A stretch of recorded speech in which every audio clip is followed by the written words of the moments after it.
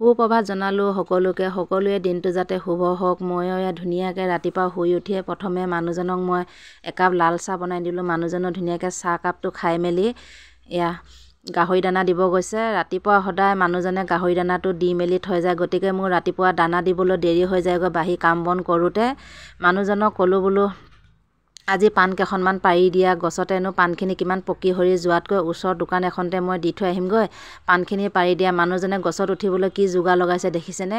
এডাল ডাঙৰ কাঠ এডাল গছত আজুৱাই দি মোক ক'লে তলত হেঁচি ধৰি থকা, মই উঠি যাম কাঠডালত গছকি। দেখিছেনে তলতো বেঙেনা গছ আছিলে, ইমান যে বিন্ধিছে নহয় মোক।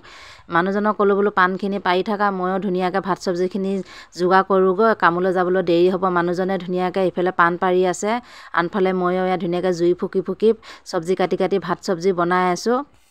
মানুহজনেও ধুনীয়াকৈ পাণ পাৰি মেলি আহিলে, দুইজনে ধুনীয়াকৈ এখন কৰি পেলাই গুচি ধুনীয়াকৈ এয়া হিচাপ কৰি আছোঁ। মই ভাবিছোঁ ডাঙৰ সৰু মিলাই দিওঁ, মানুহজনে কৈছে সৰুকৈ দিয়া, ডাঙৰকৈ দিয়া বুলি পেলাই।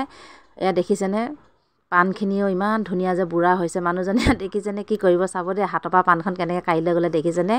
তাৰপিছত আৰু মই ভাবিছোঁ সৰু ডাঙৰ মিক্স কৰি দিওঁ। মানুহজনক বোলো ক'লোঁ আকৌ যিয়ে যি নহওক কলপাত এখন কাটি সোনকালে ধুনীয়াকৈ পাণখিনি বান্ধি দিয়া। ধুনীয়াকৈ মানুহজনে পাণখিনি বান্ধি কৰি দিলে।